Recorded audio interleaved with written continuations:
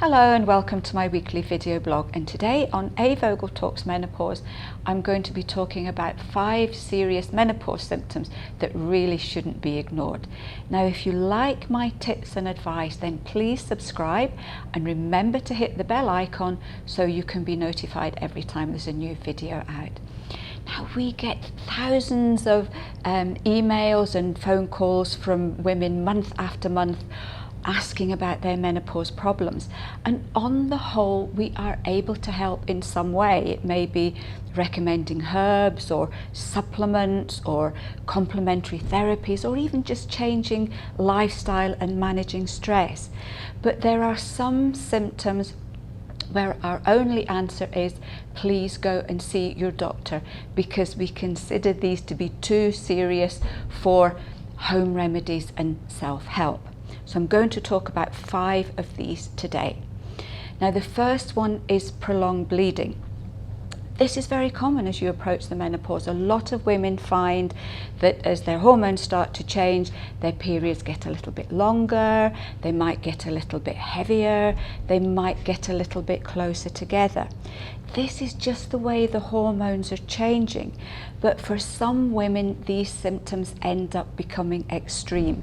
We have had women contact us who have been bleeding continually for 3 months, and then they're asking us if this is normal.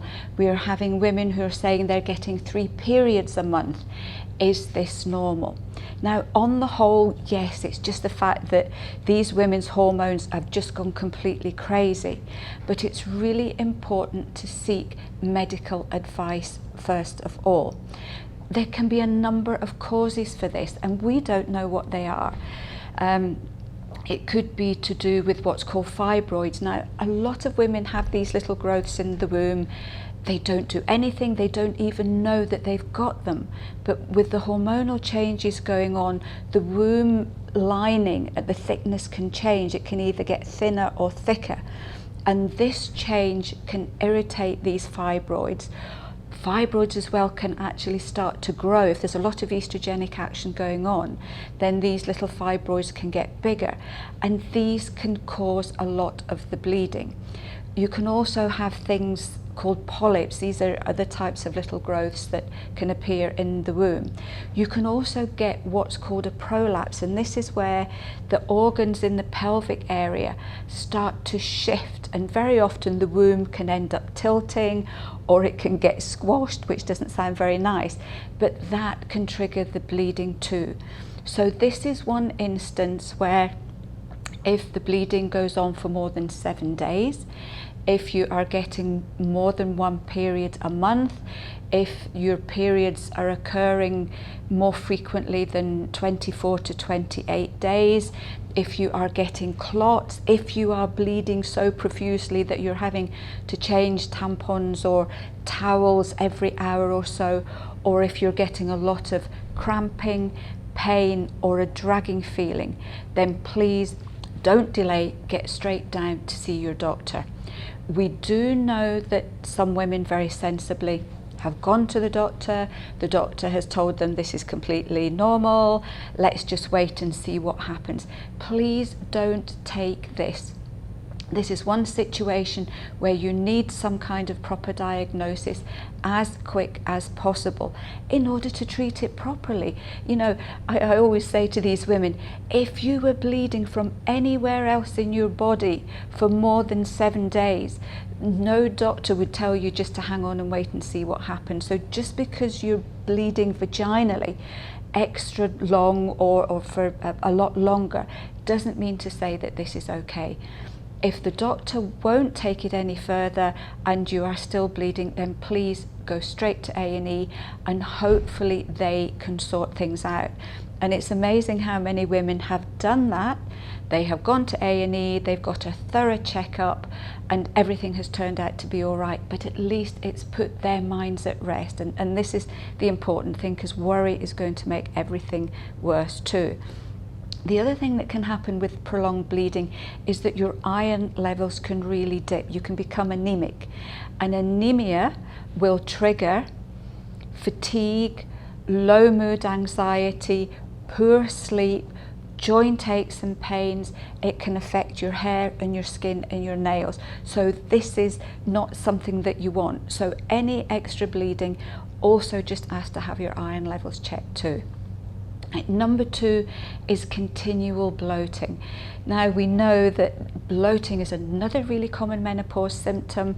All the hormonal changes going on can affect your digestion. It basically just slows everything down, and that causes bloating. It can cause wind, it can cause constipation or sluggish bowels. Digestive bloating tends to come and go. Very often women will find that it's down in the morning, especially after they've opened their bowels, but then it tends to get worse during the day, and then by the evening time, that's when you feel that your clothes are really tight. You might have days where the bloating doesn't occur and you feel absolutely fine. However, if you are getting continual bloating, which means it does not go down at all, it's there when you sleep, it's there when you wake up, it's there during the day, if you are getting a lot of cramping, if you are getting pain, and again, if you're getting any kind of dragging feeling, then this does need investigating.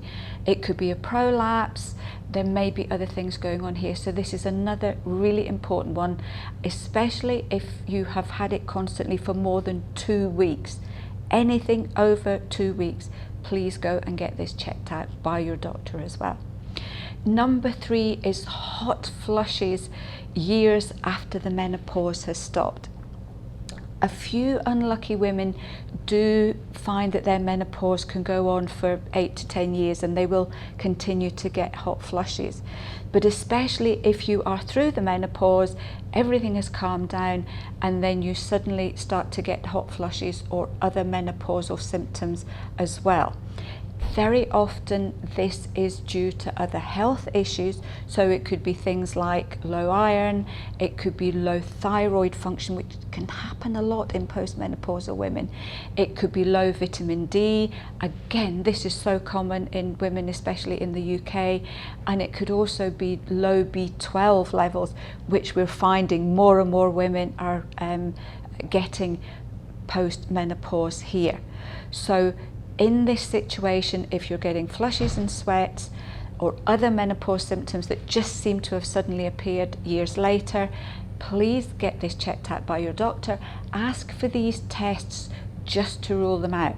The other thing that can cause hot flushes and night sweats at any point of your life is ongoing stress and anxiety. So again, if you're in a very anxious state, if there's a lot going on for you emotionally, then you can certainly look at some of the calming herbal remedies to add into that as well. Number 4 is severe low mood, severe anxiety or depression. For some women, the hormonal flux, as we call it, is so severe that it can cause really distressing emotional symptoms. So anything that is getting you down every single day, any emotional symptom that is causing you distress, that is affecting your daily life, is affecting your work, your relationships, and your quality of life. And especially if you get to the point where you feel that you're in a really deep hole and you cannot get out. This is another one that needs medical attention. Over-the-counter herbal remedies and supplements can work wonderfully well for normal anxiety, for general low mood and just feeling a bit fed up and a bit down.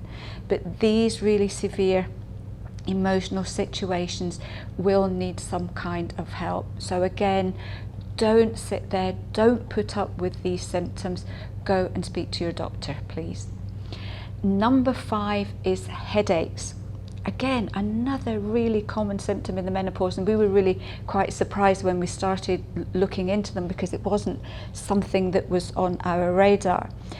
Menopausal headaches very often are caused by a sudden drop in estrogen affecting the blood vessels, which go into a spasm, and then that ends up causing tension up the back of the neck, and that can trigger headaches or even a migraine. We know that fluctuating blood sugar levels can trigger headaches. We know that dehydration can trigger headaches. And these are, as I say, these are just the sort of common symptoms. So if you are getting regular headaches and you've tried to sort the dehydration, you've reduced the stress, you've taken extra magnesium, because low magnesium can be a trigger too. If you've done all of the self-help things and nothing has worked, then again, please get this checked out. Remember, don't always blame everything on the menopause. And constant headaches, and especially if you're having to take painkillers every single day, then this does need to be checked out as well. So I hope you found this one interesting.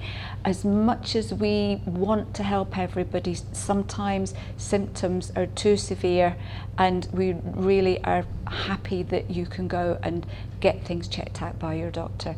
If any of you have any other questions at all, we're more than happy to hear from you. And until then, I'll see you next week for another edition of A. Vogel Talks Menopause.